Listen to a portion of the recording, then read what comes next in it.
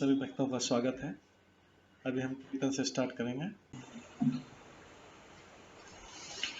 जय राधा माधव कुंज बिहारी, जय राधा माधव कुंज बिहारी, जय गोपीजन वल्लभ गिरिवर धारी, जय गोपीजन वल्लभ गिरिवर धारी, यशोदानंदन व्रज जनरंजन, यशोदानंदन व्रज जनरंजन, यमुना तीरा वनचारी, यमुना तीरा वनचारी, जय राधा माधव कुंज बिहारी, जय राधा माधव कुंज बिहारी, हरे कृष्णा कृष्णा कृष्णा हरे हरे, हरे राम राम राम हरे हरे, हरे कृष्णा कृष्णा कृष्णा हरे हरे, हरे राम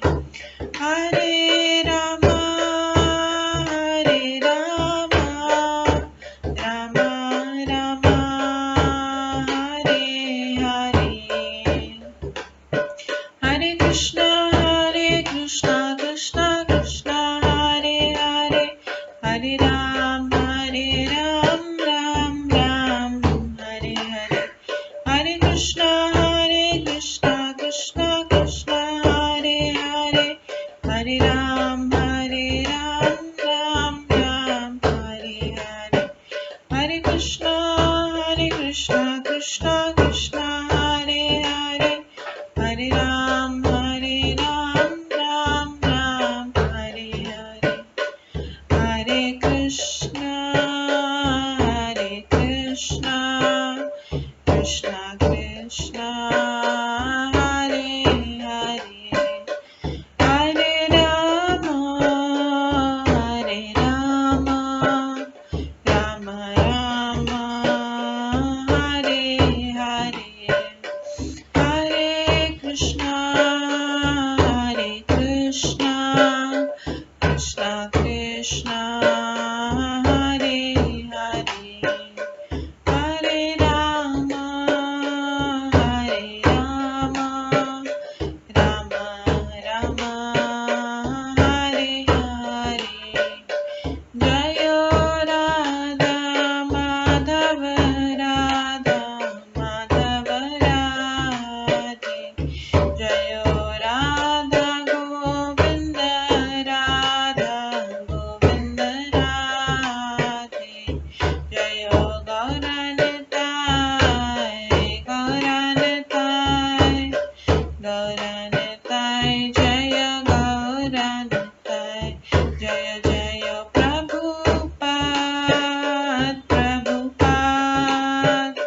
प्रभुपाद जय जय प्रभुपाद, जय जय गुरुदेव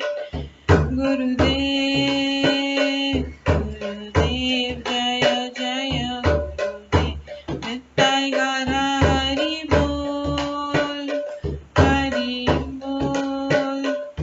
हरि बोल निताय गौर हरि बोल,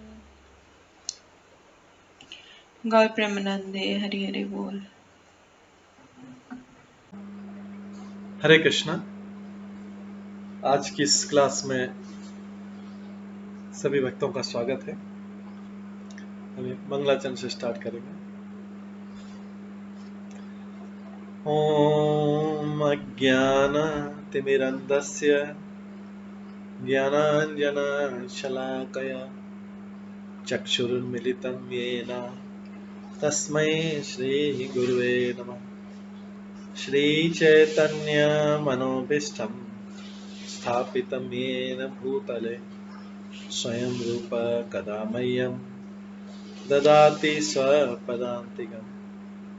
वन्देऽहं श्रीगुरो श्रीयुतपदकमलं श्रीगुरुं वैष्णवांश्च श्रीरूपं साग्रजातं सहगण रघुनाथान्वितं तं सजीवं साद्वैतं सावधूतं परिजनसहितं कृष्णचैतन्यदेवं श्रीराधाकृष्णपादान् सहगण ललिता श्रीविशाखान्वितांश्च नमो विष्णुपदाय कृष्णपृष्ठाय भूतले श्रीमते भक्तिवेदांत स्वामिन्निति नामिने। नमस्ते सरस्वती देवे गौरवाणी प्रचारिणे निर्विशेषा शून्यवादी पाश्चात्य देशातारिणे। वाञ्छाकल्पतरुभ्यश्च कृपा सिन्धुभ्येव च पतितानां पावनेभ्यो वैष्णवेभ्यो नमो नमः। जय श्री कृष्ण चैतन्य प्रभु नित्यानंद श्री अद्वैत गदाधर शिवासादि गौर भक्तवृंद। हरे कृष्णा कृष्णा कृष्णा हरे हरे, हरे राम राम राम हरे हरे। ओम नमो भगवते वासुदेवाय। ओम नमो भगवते वासुदेवाय। ओम नमो भगवते वासुदेवाय। नारायणं नमस्कृत्य नरं चैव नरोत्तमं देवीं सरस्वतीं व्यासं ततो जयमुदीरयेत्। नष्टप्रायेषु भद्रेषु नित्यं भागवत सेवया भगवते उत्तमश्लोके भक्तिर्भवति नैष्ठिकी। कृष्णाय वासुदेवाय देवकी नन्दनाय च नन्दगोपकुमाराय गोविन्दाय नमो नमः। सर्ववेदान्तसारमे श्रीभागवतम् इष्यते तद्रसामृतात् नान्यत्र स्याद्रति क्वचित्। आराध्यो भगवान् ब्रजेश तनयस्तनुधाम वृन्दावन रम्या काचिदुपासना व्रजवधूवर्गेण या कल्पिता। श्रीमद्भागवतं प्रमाणम् अमलं प्रेमकुमार्थमः श्रीचैतन्यमहाप्रभुमतम् इदं तत्रादरो न परम्। मूकं करोति वाचालं पङ्गुलङ्घयते गिरिं यत्कृपातमहं वन्दे परमानन्दमाधवम्। हरे कृष्णा।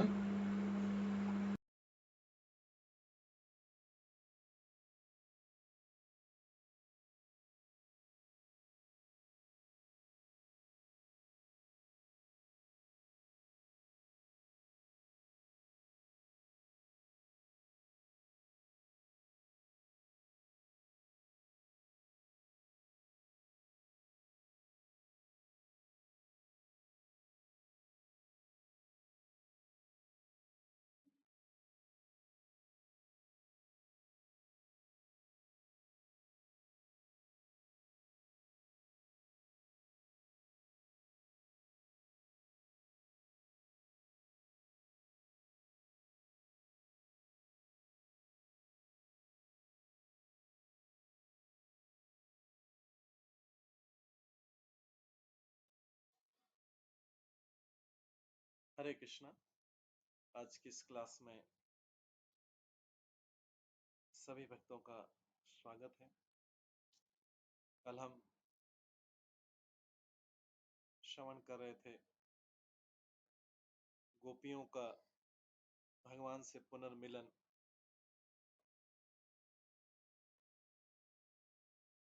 जिसमें हमने 21वें श्लोक में श्रवण कर रहे थे।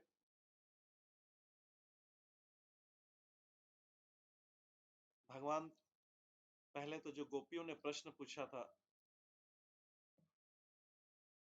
तो भगवान, और 3 प्रश्न पूछे थे गोपियों ने, सोचा कि भगवान स्वयं इस प्रश्न के उत्तर में स्वयं आंसर दे देंगे कि वो किस कैटेगरी में, लेकिन भगवान एक अलग कैटेगरी बोलते हैं। भगवान बोलते हैं, कृष्ण बोलते हैं, गोपियों, मैं उन जीवों के प्रति भी तत्क्षण स्नेह प्रदर्शित नहीं कर पाता जो मेरी पूजा करते हैं। उसका कारण है कि मैं उनकी प्रेम भक्ति को प्रगाढ़ करना चाहता हूँ, इसलिए उनको विरह में रहने देता हूँ। इससे वे ऐसे निर्धन व्यक्ति के सदृश बन जाते हैं जिसने पहले कुछ संपत्ति प्राप्त की थी किंतु बाद में उसने खो दिया। जब व्यक्ति पहले कुछ प्राप्त करता उसके बाद खो देता तो सारे टाइम जीवन भर उसी की चिंता में,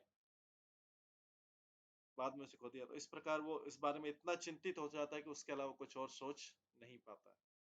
तो ये भगवान ने अपनी कैटेगरी बताई कि मैं इस कैटेगरी में, क्योंकि गोपियों ने 3 कैटेगरी बनाई थी प्रश्न पूछने की, 3 विभाग किए। इसके बाद हम श्रवण करते 21वें श्लोक से। हमने केवल स्टार्ट किया था 21वां श्लोक, उसके बाद 21 और 22 श्लोक जो हैं 2, इसका हम डिस्कस करेंगे। एवं मदार्थोज्झित लोकवेदा स्वानां हि मयि अनुवृत्ते अबला मया परोक्षं भजता तिरोहितं मासुयितुं महतत् प्रियं प्रिया। हे बालों, ये जानते हो कि तुम सबों ने मेरे लिए ही लोकमत, वेदमत तथा अपने संबंधियों के अधिकारों को त्याग दिया। मैंने जो किया वो वह अपने प्रति तुम लोगों की आसक्ति बढ़ाने के लिए किया। मैंने जो भी तुमसे विरह किया, तुमको कष्ट दिया, तुम्हारी मेरे प्रति आसक्ति बढ़ाने के लिए किया। तो गोपियों ने अपने लोकमत मतलब लोगों का विचार क्या है, वेदमत, वेदों में कर्मकांड जो इनिशियल सेक्शन है, वेदों का विचार क्या है, और अपने संबंधियों का उनका जो आसक्ति त्याग है, उसको त्याग करके मैंने जो कुछ किया हुआ अपने प्रति तुम लोगों की आसक्ति बढ़ाने के लिए। तो भगवान चाहते हैं कि इस भगवान की इस संसार में होते सारी आसक्ति भगवान अपने लिए चाहते हैं। बोल रहे मैंने जो कुछ किया वो अपने प्रति तुम लोगों की आसक्ति बढ़ाने के लिए किया, कि सारी आसक्ति मुझ में कर, क्योंकि संसार में आसक्ति अल्टीमेटली हर दुख का कारण है। हर व्यक्ति जैसे आसक्ति, इसलिए जितनी जल्दी आसक्ति को, अगर दुख को नष्ट करना है तो जितनी जल्दी वो आसक्ति को छोड़ा जाए, क्योंकि वो व्यर्थ की आसक्ति, उसमें जैसे समय व्यतीत करने वाली आसक्ति, उनसे अल्टीमेटली रिजल्ट दुख है। इसलिए भगवान बोल रहे हैं कि अगर तुम आनंद सुखी तो मेरे प्रति आसक्ति बढ़ाओ। तुम लोगों की दृष्टि से सहसा अपने को ओझल बनाकर भी मैं तुम लोगों से प्रेम करना रोक नहीं पाया। मैं तुमसे अदृश्य हो गया था, फिर भी मैंने जब तुम्हारी आसक्ति अपने प्रति देखी तो मुझे दया और करुणा आई तुम्हारे प्रति, कि तुम्हारी प्रति मेरे विरह में मैं तुमको इतना कष्ट दे रहा हूँ, विरह में, फिर भी तुम इतनी आसक्ति बनाए हो, मैं अपने आप को रोक नहीं पाया। भगवान ये भागवतम में स्वीकार कर रहे हैं, ओझल माकर मैं तुम लोगों से प्रेम करना रोक नहीं पाया, अतः प्रिय गोपियों तुम अपने प्रेमी अर्थात मेरे प्रति दुर्भावनाओं का स्थान मत दो। ये मत सोचो कि मैं तुमसे प्रेम नहीं करता। तुम्हारी इस आसक्ति को देख के, जिसमें तुमने मेरे लिए सब कुछ त्याग दिया, तो भगवान ये भी बोल रहे हैं कि हमने भगवान के लिए क्या सेक्रीफाइस किया। भगवान हमारे लिए पार्ट टाइम जॉब है, हाफ जॉब है, 75% जॉब है, फुल टाइम जॉब। तो यहाँ पर प्रिय गोपी तुमने प्रेमी अर्थात मेरे प्रति दुर्भावना को, ऐसी कोई भी जो चीज उन्होंने त्याग दी जो भगवान की भक्ति में बाधा है, जिसका विचार भी है। ये अनुवाद में कहते हैं, तात्पर्य में यहाँ पर भगवान इंडिकेट करते हैं कि यद्यपि गोपियां उनके प्रति अपने प्रेम में पहले से ही पूर्ण थी, ऐसा नहीं कि गोपियां भी विरह में शुद्ध हुई, गोपियां पहले से ही पूर्ण थी, फिर भी उनकी पूर्णता को अकल्पनीय रूप से बढ़ाने के लिए भगवान उनकी पूर्णता को संसार को दिखाना चाहते थे कि कितनी पूर्णता है, पहले से ही परफेक्ट थी, लेकिन विरह में उतना शुद्ध जैसे पूरा उसका चमका दिया उनको, और संसार के समक्ष दृष्टांत प्रस्तुत करने के लिए उन्होंने ऐसा किया। भगवान हम सब जीवों को दिखाने के लिए ऐसा किया कि ये गोपियों की प्रेम, क्योंकि संसार के प्रेम के तुम लोगों का प्रेम तो तुच्छ है, स्वार्थ है।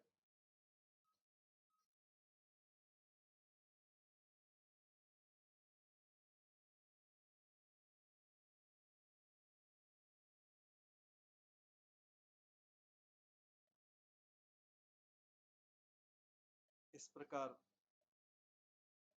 तुम लोग मेरे लिए, इसी में फिर अच्छे लोग बोलते हैं, हे अबलाओ, इसमें संदेह नहीं कि तुम लोगों ने मेरे लिए लोक मर्यादा, वेद मार्ग और अपने सभी संबंधियों को भी त्याग दिया। इस स्थिति में तुम्हारी मनोवृत्ति मेरे द्वारा प्राप्त होने वाले किसी सुख में लगकर कहीं अन्यत्र न जाए। तो तुमको मेरे द्वारा प्राप्त होना सुख है, उसके अलावा कहीं नहीं जाए, तुम निरंतर मुझ में लगे। इसलिए मैं तुम लोगों की दृष्टि से छुप कर तुम लोगों की प्रेम आलाप को सुन रहा था। हे गोपियों, तुम मेरी अत्यंत प्रिया हो, मैं तुम्हारा प्रीतम हूँ, इसलिए तुम लोगों द्वारा मेरे प्रेम में कोई दोष देखना उचित नहीं। तो लोग भगवान को शरण में जाते हैं, भगवान यहाँ पे पूरा सरेंडर कर,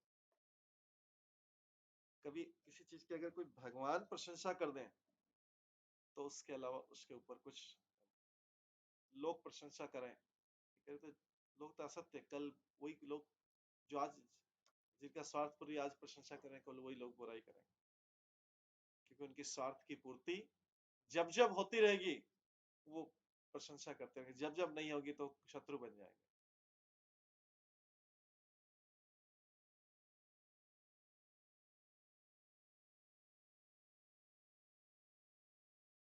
सिद्धेश्वर स्वामी की भावानुवाद में जाता है, इस प्रकार तुम लोग मेरे लिए उपयुक्त और अनुपयुक्त के विचार की चिंता को त्याग करने के कारण, लोक धर्म धर्म और अधर्म के विचार त्यागने के कारण, वेद धर्म और स्नेह आदि त्यागने के कारण, अपने बंधु बांधव से संबंध आदि सब, अपने बंधु और बांधव से संबंध आदि सबको परित्याग कर मेरे निकट आई।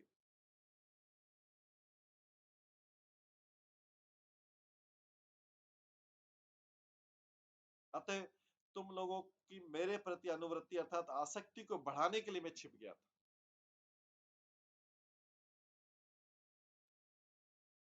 इसलिए मैंने तुमको विरह का कष्ट दिया, जिससे तुम लोगों की मेरे प्रति आसक्ति बढ़े। मैं छिपकर तुम लोगों का ही भजन कर रहा था, मतलब तुम लोगों से ही प्रेम कर रहा था छिपकर, अर्थात तुम लोगों की दृष्टि से बचकर तुम्हारा प्रेमालाप श्रवण कर रहा था। अतः अब लाओ ए प्रिया, तुम लोग द्वारा मुझ में दोष देखना उचित।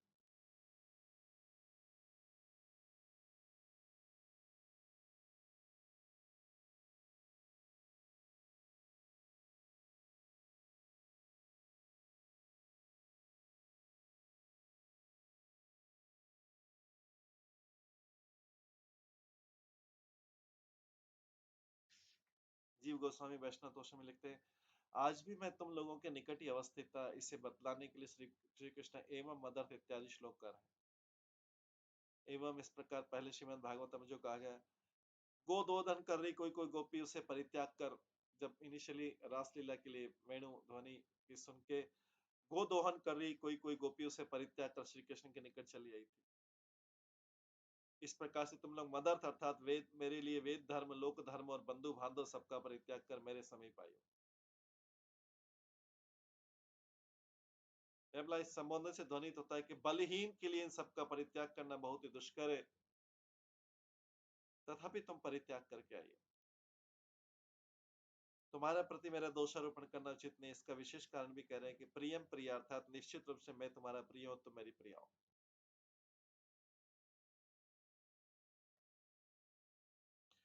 अथवा जिस प्रकार किसी निर्धन व्यक्ति को हठात कहीं से धन मिल जाए और पुनः देवश धन खो जाए तो उसे खोए हुए धन की चिंता में सब कुछ भूल जाता है। उसी प्रकार तुम लोगों की भी मेरे प्रति अनुवृत्ति या निरंतर प्रेम की वृद्धि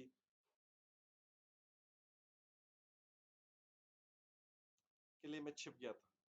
अर्थात देखो देखो स्पष्ट रूप से मैं दिख रही चरण चिन्ह महात्मा श्री नंदन नंदन के इत्यादि। तुम्हारे इस वचन के अनुसार जब तुम उनको ढूंढ रहे थे वन में, तो मैं देख रहा था तुम मेरे पद चिन्हों को फॉलो कर रहे थे, अनुसरण कर रहे थे, उसका अनुकरण कर रहे थे। तुम्हारे इस वचन के अनुसार मैं तुम लोगों के समीप अवस्थित होकर मैं भी तुम्हारी दृष्टि से केवल अगोचर था। तो कृष्ण गोपियों से बोला, यदि गोपियां कहें कि हमारी दृष्टि से अगोचर रहकर क्या बता रहे थे आप, करके क्या कर रहे थे, उसके उत्तर में श्री कृष्ण कहते हैं, मैं तब परोक्ष भाव से, मतलब अप्रत्यक्ष रूप से तुम लोगों का ही भजन कर रहा, अर्थात तुम लोगों के प्रेम आलाप, तुम जो आपस में बातचीत कर रहे थे मेरे प्रति, उसका मैं श्रवण कर रहा।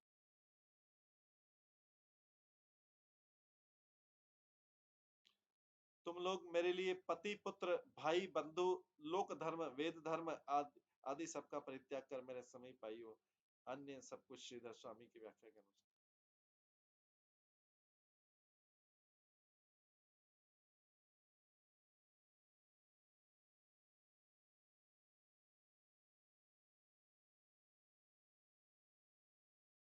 मैंने तुम लोगों को जिस प्रकार से कष्ट दिया, उससे तुम लोग मेरे प्रति दोष आरोपण कर सकती हो। यदि कहो कि किस प्रकार ऐसा करना किस प्रकार से उचित है, उसके लिए श्री कृष्ण कह रहे हैं, प्रिय गोपियों, प्रीतम द्वारा प्रियतमाओं के प्रति ऐसा व्यवहार करने के होने के कारण तुम लोग मुझ पर दोषारोपण कर सकती हो।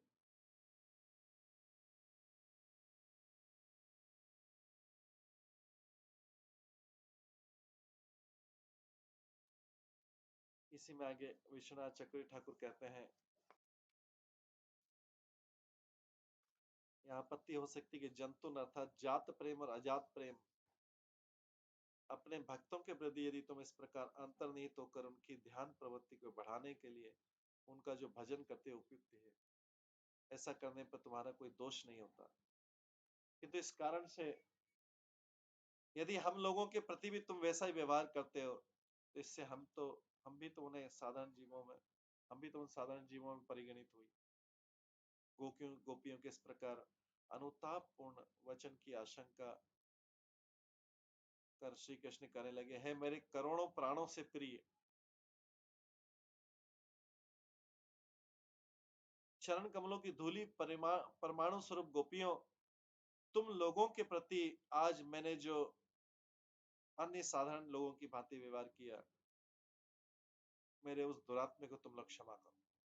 कृष्ण बोल रहे हो,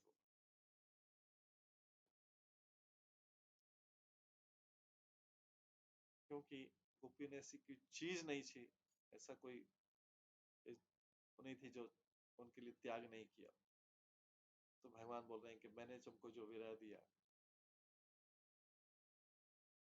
उसके लिए मुझे क्षमा कर। मैं तुम्हारी चिंता बढ़ाने के लिए, मैंने तुम्हारी एंजाइटी बढ़ाने के लिए मेरे प्रति और मेरे प्रति आसक्ति, ये जगत को प्रदर्शित करने के लिए तुम्हारी मेरे प्रति कितनी आसक्ति है, इसके लिए मैंने ये सारा किया था। तुम लोगों ने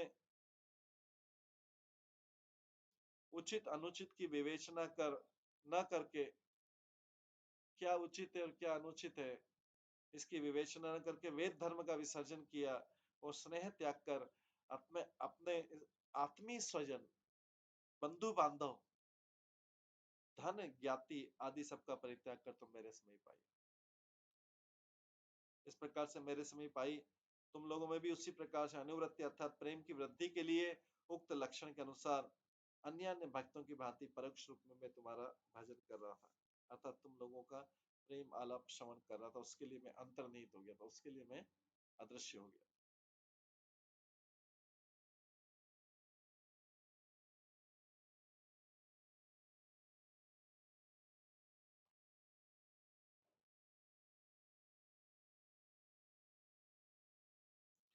मैंने तुम्हारे प्रति जो व्यवहार किया वो अत्यंत अनुचित ही हुआ। प्राचीन काल में, आधुनिक काल में अथवा भविष्य में तुम लोगों के समान कोई भी भक्त नहीं हो सकता। न ही तुम लोगों के समान प्रेम संपन्न भक्तों के प्रेम वास में संभव है, तथा न ही परमाणु और परम महान पदार्थों के वास और वृद्धि की कोई संभावना है।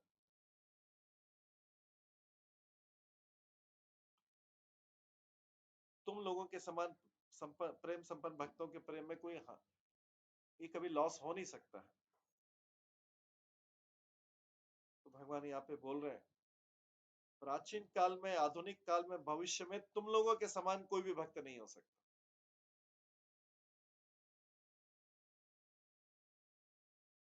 और न ही तुम लोगों के समान प्रेम संपन्न भक्तों के प्रेम में कोई हास संभव है, तथा न ही परमाणु और परम महान पदार्थों को हास और वृद्धि की कोई संभावना है।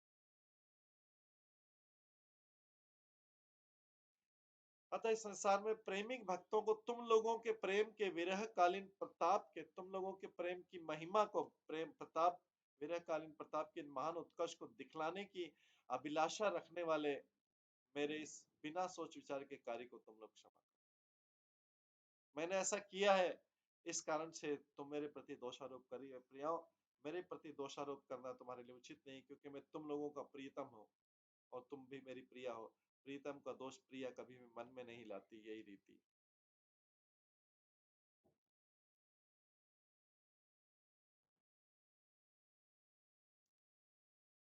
इस प्रकार से ये भगवान जब पुनः आए गोपी की बेग के बाद में, तो भगवान इस तरह की गोपियों से वार्तालाप कर, गोपियों से क्षमा मांग रहे।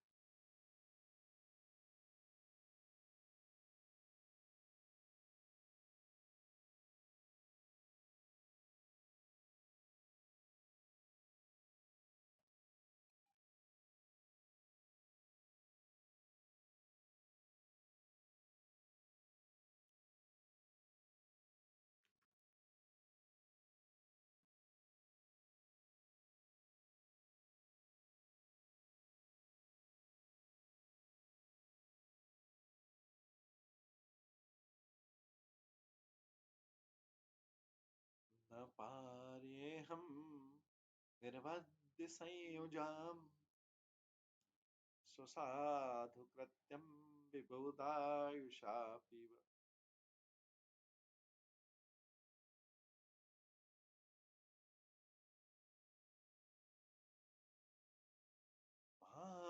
भजन दुर्जरम गे श्रृंखला समरश्चित्तत्व प्रतियातु साधुना।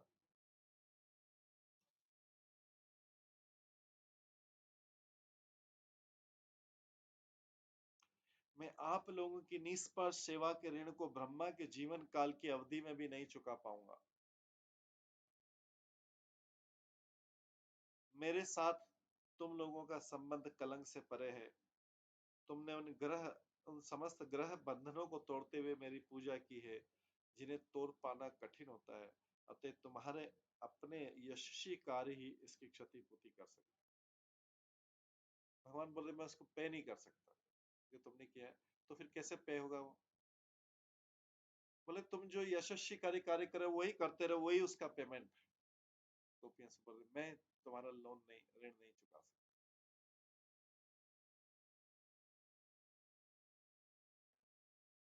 निष्कर्ष है कि गोपियां भगवान की क्षणिक अनुपस्थिति में अपने आचरण द्वारा धन्य हो गई। उनके तथा भगवान के मध्य पारस्परिक प्रेम में आशातीत वृद्धि हुई। ये सिद्धि कृष्ण उनके तथा उनके प्रिय भक्तों की।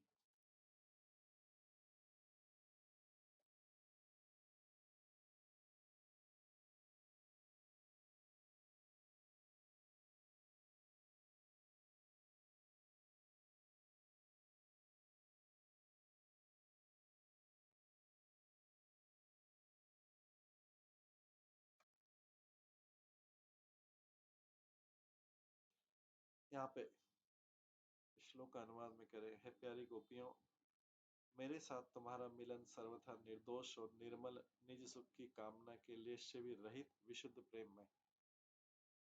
तुमने घर गृहस्थी की दुष्कर बेड़ियों को तोड़कर तथा लोक मर्यादा को उल्लंघन कर मेरा भजन किया, मेरी सेवा की, मेरे से प्रेम किया।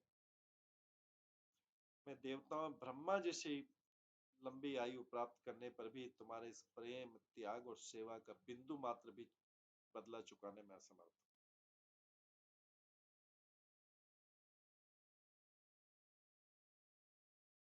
तुम अपने सौम्य स्वभाव से मुझे पूर्ण कर सकती, किंतु मैं तो तुम्हारा प्रेम का सदा ऋणी रहूंगा, ऋणी हूं और ऋणी रहूंगा।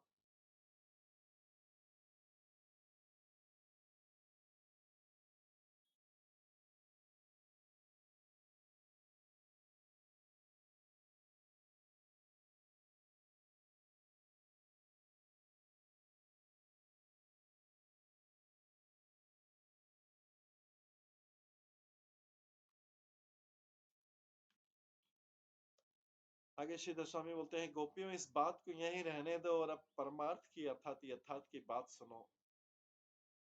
इस सभी पर श्री कृष्ण ने न इत्यादि श्लोक करें कि मेरे साथ तुम लोगों का जो संयोग है वो सर्वथा निर्मल और निर्दोष है। इसलिए देवताओं जैसी परम आयु अर्थात चिरकाल की आयु के द्वारा भी मैं तुम लोगों के साधु कृत्यों को प्रत्युपकार करने में समर्थ नहीं। किस प्रकार के साधु कृत्य की गोपियों ने? तो उसमें लिखते, तुम लोगों ने बड़ी कठिन और न टूटने वाली घर गृहस्थी की श्रृंखलाओं को संपूर्ण रूप से तोड़कर मेरा भजन किया।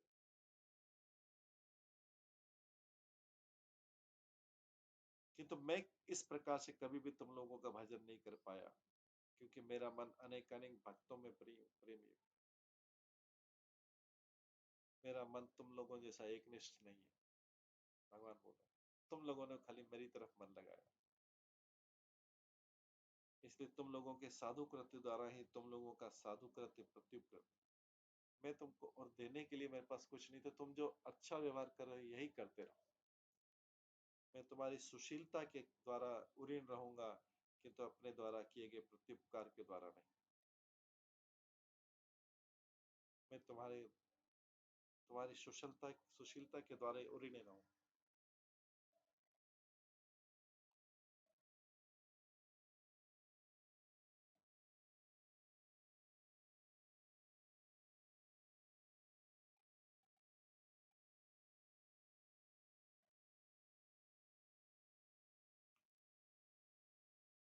आगे लिखते, तुम लोगों के प्रति अपना साधु कृत्य अर्थात समुचित प्रतिज्ञान या प्रत्युपकार करना मेरे लिए संभव नहीं, अर्थात मैं उसमें असमर्थ।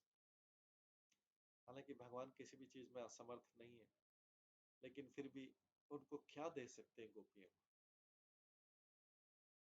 वो तो सारी चीजें छोड़ के आई।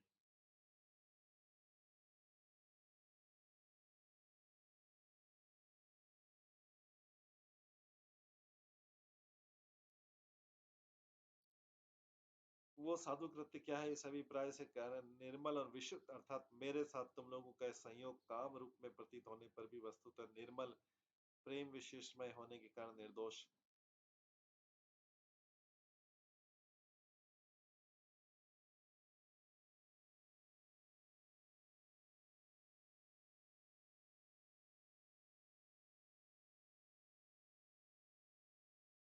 असंयोग अर्थात मेरे प्रति तुम्हारे चित्त की भली भांति एकाग्रता वश तथा अपने अपने पतियों के स्पर्श अभाव के कारण तुम्हारे मेरे साथ ये संगम निर्दोष।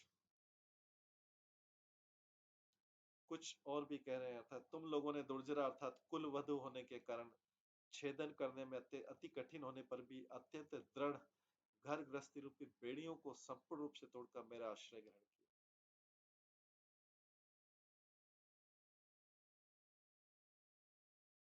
लौकिक और पारलौकिक सुख सुख कर लोक धर्म मर्यादा को संपूर्ण रूप से छिन्न भिन्न करके तुमने मेरा भजन किया, अर्थात परम अनुराग के साथ मेरे प्रति आत्मनिवेदन किया है। किंतु मेरा प्रेम अन्यत्र भी प्रयुक्त होने के कारण मैं तुम्हारे प्रेम का प्रत्युपकार करने में समर्थ नहीं, क्योंकि मैं सर्वथा निरपेक्ष होकर तुम लोगों का भजन नहीं कर सकता।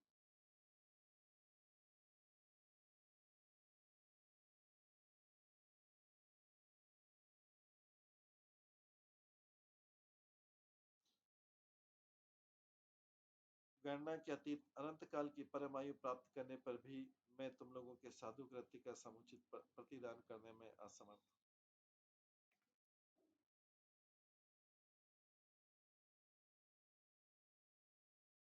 ऐसा ग्रह संबंधी श्रृंखला ग्रह के आसक्ति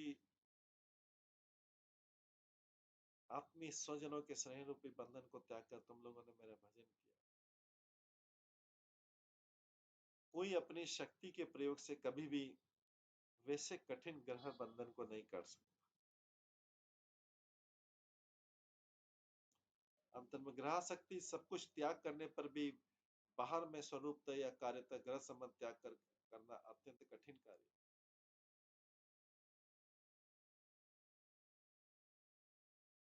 इन तुम लोगों ने ऐसे अच्छे ग्रह श्रृंखला को भी भली भांति छिन्न भिन्न कर मेरा भजन किया। मैंने तुम्हारे भांति आत्मसमर्पण के द्वारा सर्वथा निरपेक्ष होकर तुम लोगों का भजन नहीं किया। अतः मुझ में तुम्हारे प्रेम के प्रति उपकार अर्थात प्रतिदान का सामर्थ्य नहीं।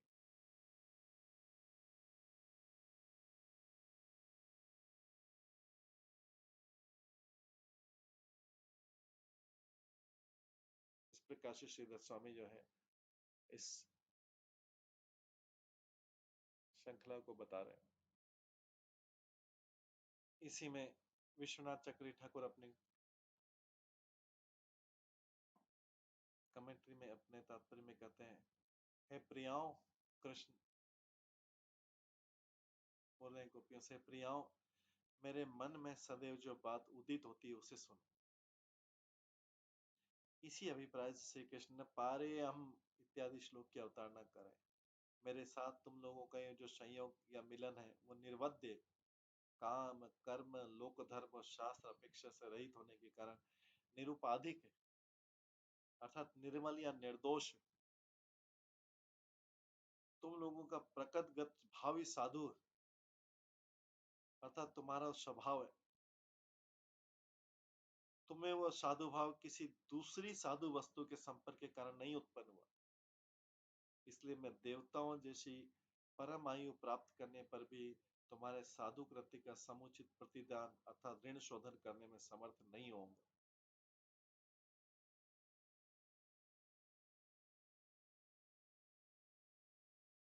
मैं तुम्हारे एक क्षणिक कृत्य का भी प्रत्युपकार करने में असमर्थ। तुमने मेरे प्रति जो उपकार किया है एक क्षणिक कृत्य का भी प्रत्युपकार करने में असमर्थ हूँ।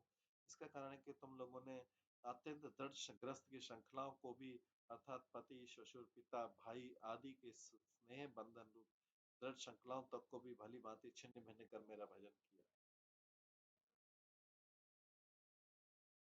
अर्थात अपक्व योगियों की भांति अर्थात सभी संबंधनों को संपूर्ण रूप से छेदन करने पर भी पुनः उसी श्रृंखलाओं में आबद्ध होकर मेरा भजन नहीं किया,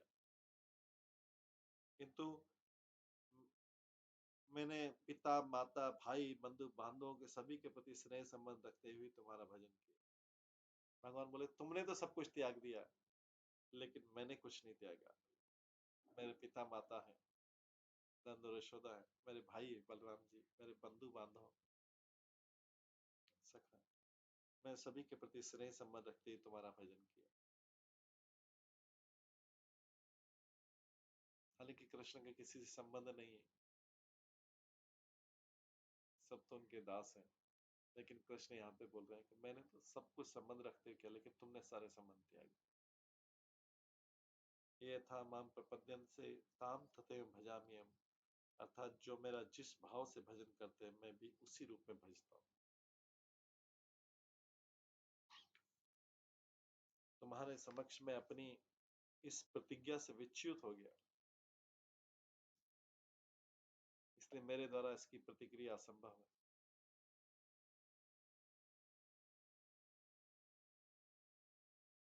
मेरे द्वारा अन्य प्रकार से प्रति उपकार होने की संभावना नहीं।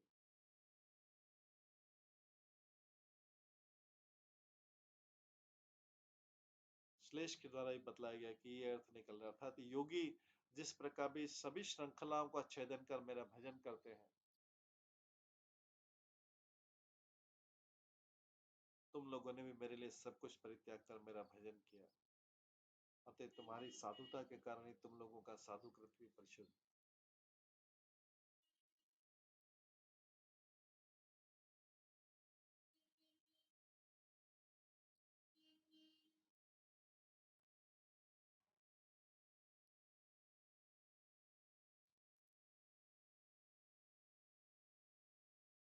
अतः तुम्हारी साधुता के कारण तुम लोगों का साधु कृत्य परिशोधित है, रिफाइंड है, पूरा शुद्ध है। भावार्थ है कि तुम लोगों के सुशीलता गुण के द्वारा मैं पूर्ण हो सकता हूँ, किंतु वास्तव में तुम लोगों के निकट में ऋणी रहूंगा। तुम लोगों की जो सुशीलता के गुण है उसके कारण मैं ऋणी हो सकता हूँ, किंतु वास्तव में तुम लोगों के निकट ऋणी रहूंगा। श्री कृष्ण के इस कथन को सुनकर ब्रज देवियां गोपियां अपने अपने मन में विचार करने लगी कि परमेश्वर होने के कारण श्री कृष्ण समस्त गुणों से परिपूर्ण होकर भी दोष के गंध मात्र से रहित, तभी हमारे प्रेम रस के विज्ञ होने पर भी हम लोगों के प्रेमवती होने का महान उत्कर्ष और अपने प्रेम का उत्कर्ष सूचित कर। यहाँ पे गोपियां देख रही कि गोपियों के प्रेम की इतनी कृष्ण प्रशंसा करते जा रहे हैं और बोल रहे हैं कि मैं इतना प्रेम तुमसे नहीं कर पाया। क्यों? क्योंकि जैसा कि इसमें बता रहे हैं, गोपियां से बोल रहे हैं कि मेरे साथ तुम लोगों का जो संयोग है वो सर्वथा निर्मल दोष है। देवताओं ब्रह्मा जी सी आयु की पाकर भी मैं तुम लोगों के साधु कृत्यों को, तुमने जो साधु कृत्य किया है मेरे साधु कृत्य का प्रत्युपकार करने में समर्थ नहीं हूं। बार बार कृष्ण इसको रिपीट कर रहे हैं, अलग अलग आचार्य भी कर रहे हैं। तो गोपियों ने किस प्रकार का साधु कृत्य किया? कृष्ण बोलते तुम लोगों ने बड़ी कठिन और न टूटने वाली घर गृहस्थी की श्रृंखलाओं बेड़ियों को संपूर्ण रूप से तोड़कर मेरा भजन किया। मेरा मन तो अनेकानेक भक्तों में प्रेम युक्त है। भगवान बोल रहे हैं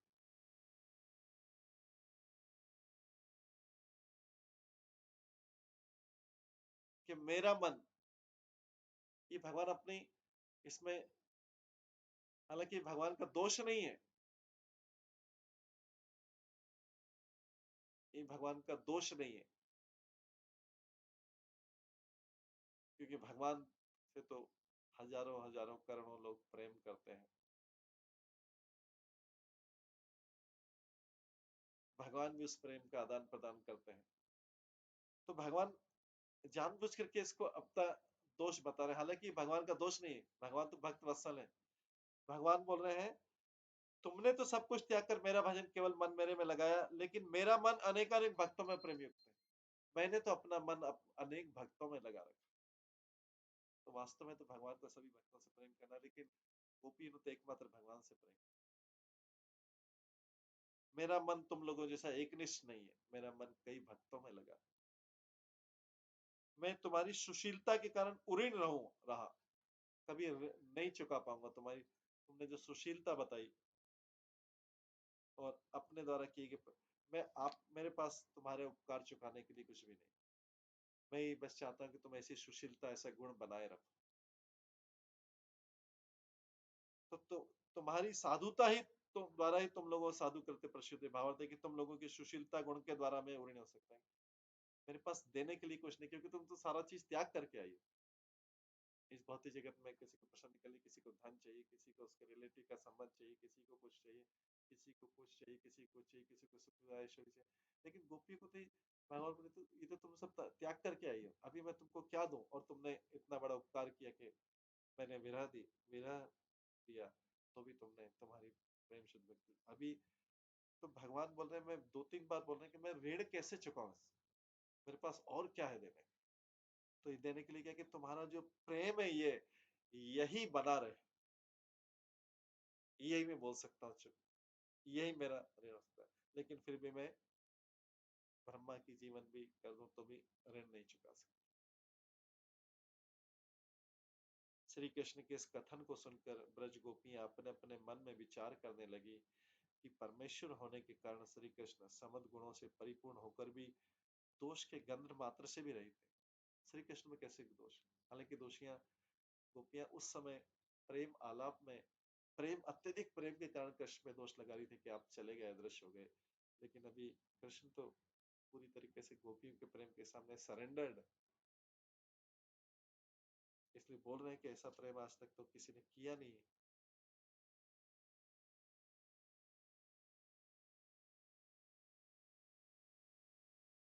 मैंने तुम्हारे प्रति जो व्यवहार किया अत्यंत अनुचित हुआ। प्राचीन काल में, आधुनिक काल में अथवा भविष्य काल में तुम लोगों के समान कोई भी भक्त नहीं हो सकता, न ही तुम लोगों के समान प्रेम संपन्न भक्तों के प्रेम में हाथ संभव। तुम्हारा प्रेम हानि भी कभी कम नहीं हो सकता, बढ़ेगा इससे। तथा इस कारण हमारे निकट तो गोपियां करिए, हमारे प्रेम रस के विज्ञ होने पर भी हम लोगों के प्रेमवती होने का महान उत्कर्ष और अपने प्रेम का अपकर्ष सूचित करें। भगवान बोलते हैं मेरा कई भक्तों से प्रेम है, इसलिए मैं तुमको, लेकिन तुम्हारा प्रेम एक्सक्लूसिव मेरे लिए।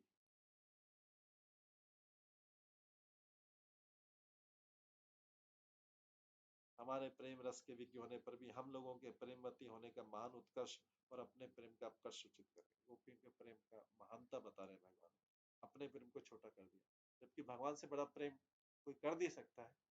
लेकिन भगवान ने जस्ट गोपियों की महानता बताने के लिए, इस अध्याय का अंतिम श्लोक, गोपियों की महानता बताने के लिए अपने प्रेम को छोटा बता दिया।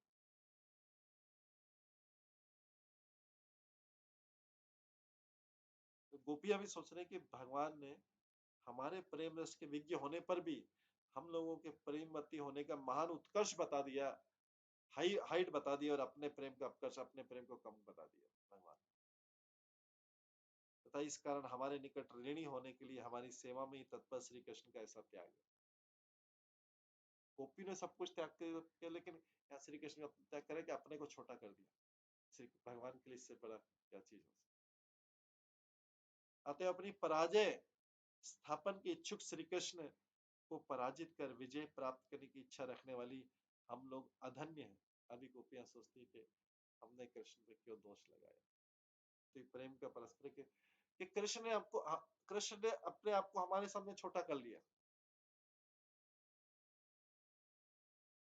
हमको भगवान से भी बड़ा कर लिया, गोपियां सोच रही। तो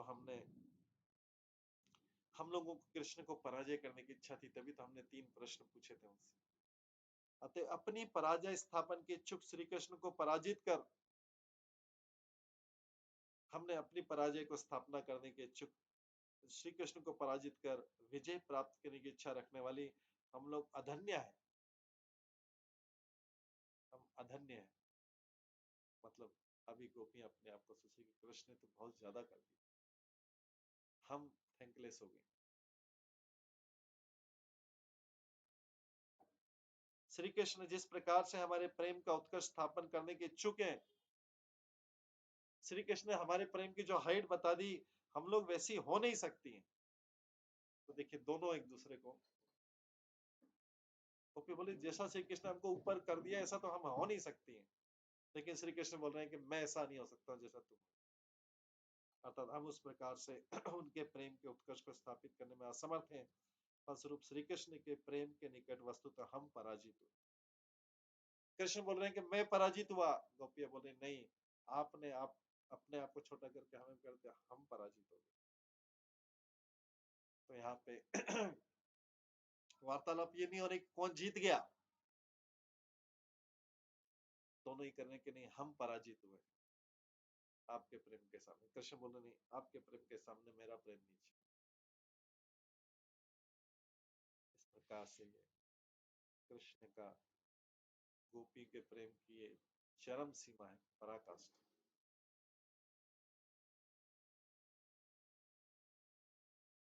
क्योंकि कारण है कि कृष्ण बार बार तुम लोगों ने अत्यंत दृढ़ ग्रस्त की श्रृंखलाओं को भी, जिस बेड़ियों को तोड़ना बहुत मुश्किल होता है, तुम लोगों ने पति, ससुर, पिता, भाई, बंधु आदि के स्नेह बंधन रूपी दृढ़ श्रृंखलाओं तक कोई भली भांति छिन्न भिन्न कर मेरा भजन किया।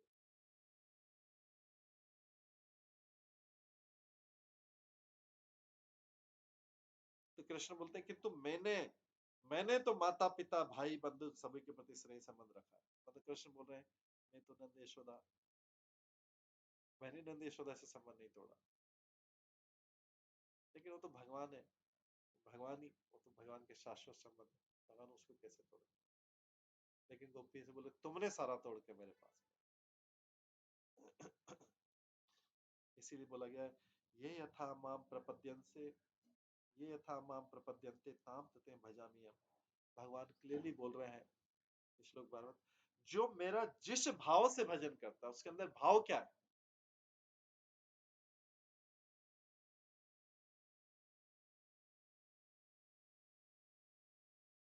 जो जिस भाव से मेरा भजन करता है, मैं भी उसे उसी रूप में भजता हूं, मतलब मैं भी उसी को उसी अनुपात में उसी तरीके से प्रेम करता हूं। तो जो जिस भाव से, भाव में अगर अपना सुख है, स्वसुख है, तो भगवान फिर वैसे ही करते हैं। लेकिन उसमें अगर भाव में भगवान को सुख देना है, चाहे स्वयं को कितना भी कष्ट हो जाए, तो भगवान को सिर्फ तो मेरे सुख के लिए करना।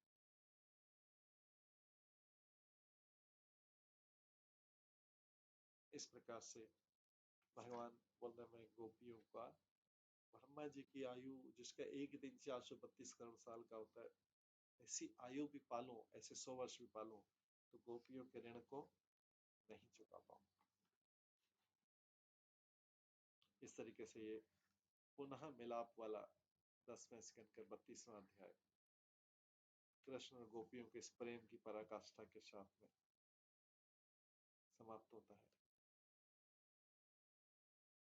इसके बाद ये जो रास नृत्य के बीच वाली अवस्था थी, अब क्योंकि कृष्ण रास नृत्य को छोड़ के गए थे, अब फिर से पुनः रास नृत्य को पूरा करेंगे। तो इसके 33वें अध्याय के पहले श्लोक में कहा गया, श्री शुक वाचा इत्थं भागवत गोप्या श्रुत्वा वाच सुपेशला जहु विरह जमतापम ततंग उपचित आशीष। सुखदेव गोस्वामी कहते हैं, जब गोपियों ने भगवान को अत्यंत मनोहारी इन शब्दों में कहते सुना, तो वे उनके विछोह से उत्पन्न अपना दुख भूल गए। वो सारा दुख भूल गए अपना जो विरह, ऐसा कष्ट आज तक किसी को हुआ नहीं है जो गोपियों के कृष्ण के विरह में। क्योंकि गोपियां बोल रही हम तो केवल प्राण को संभाल के रखिए।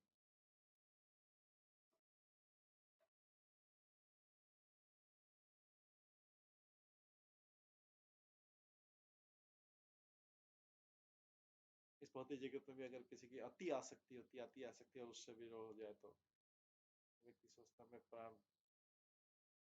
प्राण को इतना विरह में, लेकिन वो भौतिक आसक्ति और उसका कारण भौतिक दुख, भौतिक आसक्ति का रिजल्ट है भौतिक दुख, लेकिन कृष्ण में आसक्ति का पूर्ण आनंद। तो जब गोपियों ने भगवान को अत्यंत मनोहर इन शब्दों में कहते सुना, तो उनके विछोह से उत्पन्न अपना दुख भूल गई। उनके दिव्य अंगों का स्पर्श पाकर उन्हें लगा कि उनकी सारी इच्छाएं पूर्ण हो गई। अब कृष्ण को पाके, क्योंकि सब उनको कोई पैर चरण स्पर्श करता, कोई उनके कर कमल, बोले कि अब उनकी सारी इच्छाएं पूर्ण हो गई।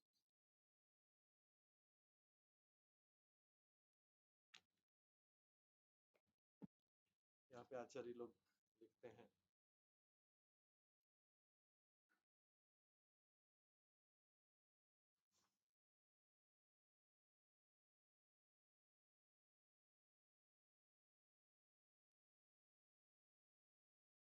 जी गोस्वामी लिखते हैं, जिस रास लीला में लक्ष्मी देवी की अपेक्षा भी ब्रज देवियों की महिमा गोपियों को उज्जवल रूप से, लक्ष्मी देवी तो भगवान की पत्नी है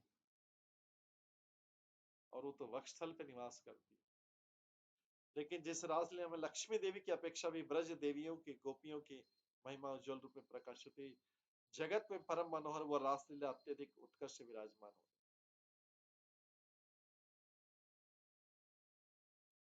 श्री कृष्ण के ऐसे प्रेम भरे परम मनोहर वचनों को सुनकर ब्रज गोपियां भूत भविष्य दोनों प्रकार के विरह तापों से मुक्त हो गई। क्योंकि पहले श्री कृष्ण ने कहा था, मैं विरह काल में भी तुम लोगों का परित्याग नहीं किया, मैं वहीं उपस्थित था। इसे श्रवण करने करके तथा विशिष्ट कृष्ण द्वारा कि मैं तुम लोगों के निकट चिर ऋणी हूं इत्यादि प्रतिपादन करने के कारण गोपियों का भूतकाल का विरह ताप भी दूर हो गया, तथा यदि देववश पुनः विच्छेद होता है, तो भी उस विरह में संपूर्ण रूप से परित्याग की आशंका का निवारण किया। मैं तो तुम्हारा ऋणी भविष्य का भी मतलब। इस स्थिति का अभिप्राय कि इस समय उन गोपियों का विरह था भली भांति दूर हुआ। पहले भली भांति दूर नहीं हुआ था, क्योंकि पहले कृष्ण पुनः हम लोगों का परित्याग करेगी आशंका थी, लेकिन अब कृष्ण बोल रहे हैं मैं तो तुम्हारा ऋण कभी नहीं चुका पाऊंगा। और फिर श्री कृष्ण अभी पुनः रासलीला करेंगे और पुनः उनके हाथों को स्पर्श करेंगे। इससे गोपियों का विरह गोपियों की एकमात्र इच्छा थी। भौतिक जगत में इच्छाओं के ऊपर इच्छाओं की परत है। जब एक लेयर पूरी होती फिर दूसरी लेयर पूरी होती, फिर तीसरी भी होती। पहले व्यक्ति अपनी इच्छाएं पूरी करता है, फिर अपने संबंधी कुटुंब की इच्छाएं पूरी करता है, उसका प्रयास, फिर उसके लिए, फिर उसका, और उसके बदले में वो वास्तव में हर चीज का परिणाम कष्ट होता है।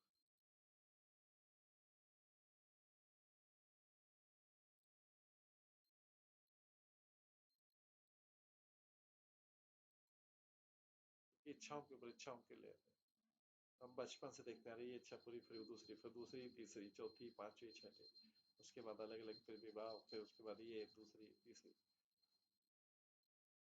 लोगों का बेसिक तो शुरू में लगता है कि रोटी कपड़ा मकान मिल जाए, लेकिन उसके बाद देखता था इच्छाओं का बड़ा माउंटेन है, हिमालय। रोटी कपड़ा मकान तो कुछ भी नहीं था। तो जीव जो है, क्योंकि भौतिक इच्छाओं से कभी संतुष्ट हो नहीं सकता, वो फिर अपने स्कोप में अपने अलावा फिर संबंधी को इंक्लूड करता है, समाज को भी करता है, सबको उसको बढ़ाता है कि उनका सबके भी इच्छाएं पूरी होनी चाहिए।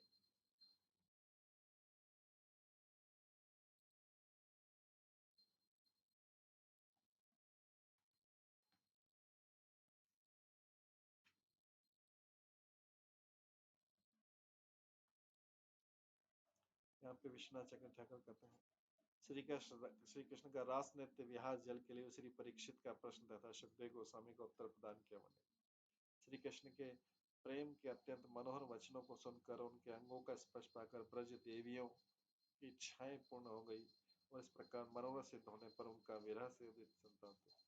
उनकी इच्छा कितनी सिंपल थी, तो एक इच्छा थी, कृष्ण का दर्शन हुई।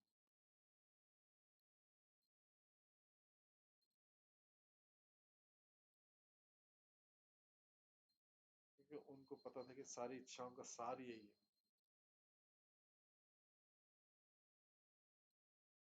इस संसार में भी जीव इस तरह से भगवान के विरह में हजारों लाखों करोड़ इच्छा करता है, लेकिन वास्तव में भगवान के विरह के कारण सारा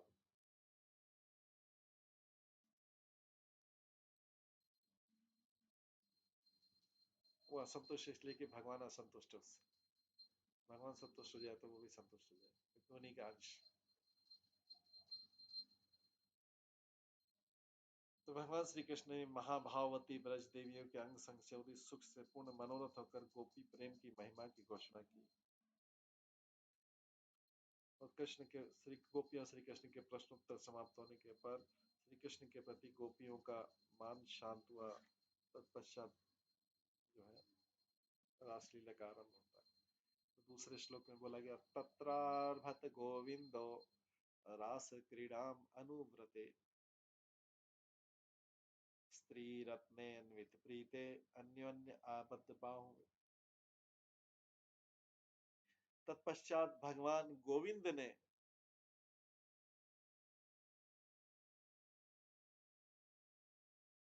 वही यमुना के तट पर उन स्त्री रत्न श्रद्धालु गोपियों, उनको स्त्रियों में श्रेष्ठ बताया, स्त्री रत्न श्रद्धालु गोपियों के संग में रास नृत्य लीला आरंभ की। भगवान ने फिर से प्रसन्नता के लिए जिस जैसे पहले चला था, सब गोपियों के कंधे पे, बीच में कृष्ण थे, आसपास गोपियां, इस तरीके से फिर से शक्लबद्ध होके उनको अपना संग प्रदान किया।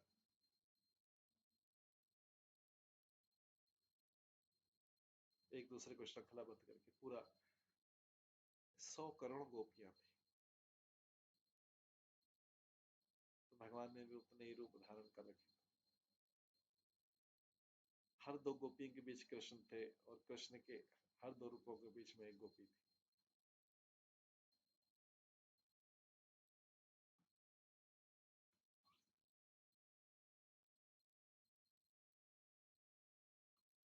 इस प्रकार ब्रज देवियों के साथ श्री कृष्ण का एक मत स्थापित हुआ। परम अभिलिषित ब्रज सुंदरियों को प्राप्त कर पूर्व में कृष्ण ने जिसे करने की इच्छा की थी उसी महोत्सव रूप रास क्रीड़ा को करने में तत्पर। तो यहाँ पे हालांकि इस संसार में ब्रह्मांड में ब्रह्मा क्रिएशन लक्ष्मी जी सबसे सुंदर मानी जाती है, लेकिन यहाँ पे ब्रज गोपियों को, क्योंकि सुंदरता खाली उनकी एक्सटर्नल नहीं थी, उनके गुण वास्तव में किसी व्यक्ति की सुंदरता को उसके गुण बढ़ाते, सद्गुण, अच्छे गुण। तो यहाँ पे उनका बोल रहे हैं उनके सुशीलता, इन सारे गुणों के कारण उनको ब्रज सुंदरी बोला गया। हालांकि गांव की ग्वालिन थी,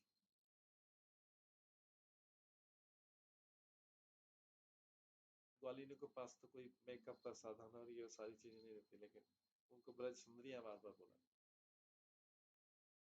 तो उनके बाहरी सुंदरता के साथ साथ उनके हृदय की सुंदरता, उनके गुण, उसके सबके कारण वो सुंदर।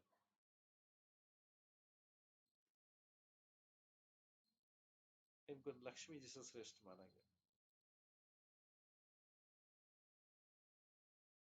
श्री गोविंद श्री कृष्ण नित्य गोकुल के श्रेष्ठ इंद्र स्वामी हैं।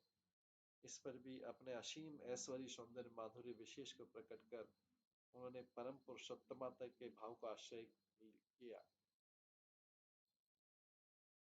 स्त्री रत्न पद से समस्त स्त्रियों में इन ब्रज सुंदरियों की श्रेष्ठता कथित हुई। रत्न शब्द से स्वजाति में श्रेष्ठता करते, अतः प्रीति भावमयी तदीय कृष्ण प्रेम से विवश होकर और एकमात्र कृष्ण के अधीन होकर इन्होंने कृष्ण के साथ कृष्ण की कंधों पर हाथ रख के आमंत्रण कर रास नृत्य किया। श्री कृष्ण इस गोपी मंडल के बीच में अवस्थित रहे, किंतु किसी प्रकार बाहर न जा सके। गोपियों का परस्पर बाहुबंधन, गोपियों की बाहों के साथ श्री कृष्ण का बाहुबंधन नहीं है, इसलिए श्री कृष्ण अपने दोनों ओर खड़ी प्रत्येक ब्रज देवी के कंधे पे हाथ रखे थे, गले पकड़े और ब्रज देवियां परस्पर हाथों को धारण किए।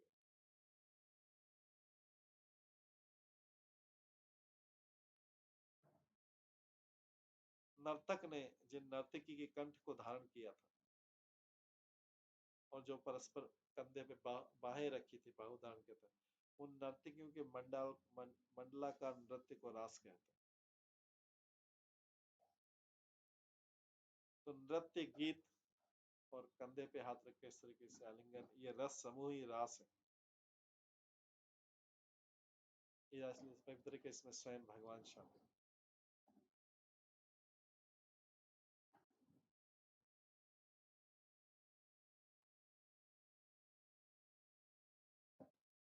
अनुव्रता गोपियों समय श्री कृष्ण से एक मत होकर एकमात्र श्री कृष्ण का अधीन होकर श्री कृष्ण के प्रेम से विवश हो गए और इस प्रकार श्री कृष्ण ने उन स्त्री रत्नों से मिलकर रास क्रीड़ा करना आरंभ किया।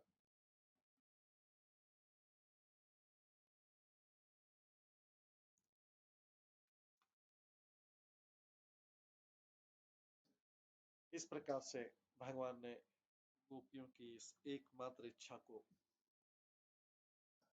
पूर्ण किया और गोपियों के लिए आनंद इस संसार के का जो सुखानंद, ब्रह्मानंद और दूसरे के जो भी आनंद, सबसे महत्वपूर्ण।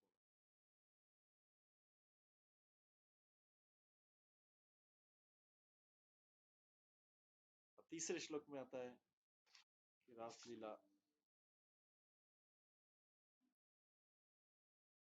किस प्रकार से आरंभ हुई और क्या पैटर्न था, किस किस तरीके से वो मंडल का आकार बना के उसमें बोलते हैं। बिल्वमंगल ठाकुर ने रास नृत्य पे लिखा है, अंगना मंगना मंतरा माधवो माधवम माधवम चांत्रेणांगना इत्थमा कल्पिते मंडले मध्यग संजनो वेणुना देवकी नंदन। बोला गया अंगना मंगना मंत्रा माधवम माधवम माधवम चांत्रेण अंगना इत्थमा कल्पिते मंडले मध्यग संजनो वेणुना देवकी नंदन। भगवान माधव गोपियों की हर जोड़ी के बीच में स्थित, और उनके स्वरूपों के प्रत्येक जोड़ों के बीच में एक गोपी स्थित थी। देवकी पुत्र श्री कृष्ण भी अपनी बंशी बजाते हुए तथा गीत गाते गोलाकार के बीच में प्रकट हुए। विश्वनाथ चक्री ठाकुर बताते हैं कि प्रेम में उन्मत्त होने के कारण गोपियां समझ नहीं पाई कि श्री कृष्ण ने अपना विस्तार कर लिया। वे स्वयं उनमें से हर एक के साथ नृत्य कर रहे थे पर्सनली। हर गोपी का कृष्ण को एक ही रूप दिखा, किंतु देवतागण अपनी पत्नियों समेत विमानों से रास नृत्य देखते हुए सोच रहे थे कि कृष्ण ने कितने रूप बना लिए, करोड़ों रूप बना लिए। इसलिए अत्यधिक चकित थे कि अरे गोपी को तो ठीक है 100 करोड़ गोपी, कृष्ण भी 100 करोड़ में, और किसी गोपी को ये पता नहीं लग रहा कि कृष्ण ने इसमें विस्तार किया। हर गोपी को कृष्ण के खाली अपना एक रूप जो कृष्ण उनके सामने थे वही रूप दिखा।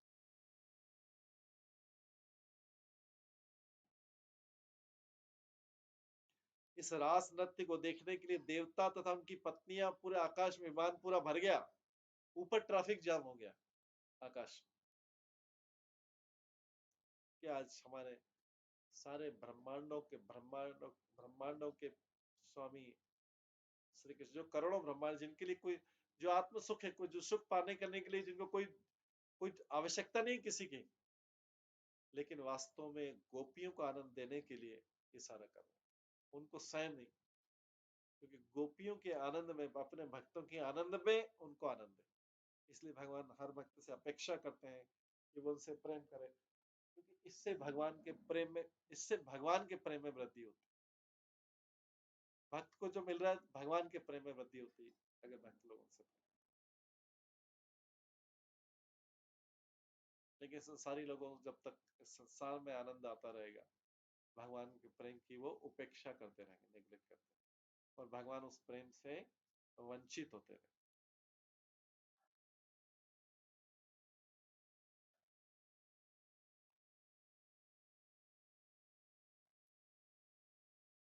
उसके आगे और भी राजनीतिक कैसे शुरू, आगे ये सब हम कल की क्लास में करेंगे। आज समय हो गया, इसको हम यहीं पे विराम देते हैं। हरे कृष्णा। सभी भक्तों का बहुत बहुत धन्यवाद। सभी भक्तों के लिए हरे कृष्ण महामंत्र का जप करें। हरे कृष्णा कृष्णा कृष्णा हरे हरे, हरे राम राम राम हरे हरे। श्रीमद् भागवतम महापुराण की जय। श्रील प्रभुपाद की जय। श्री रास नृत्य रास लीला गोपी गीत की जय। सभी आचार्य गणों की जय। हरे कृष्ण।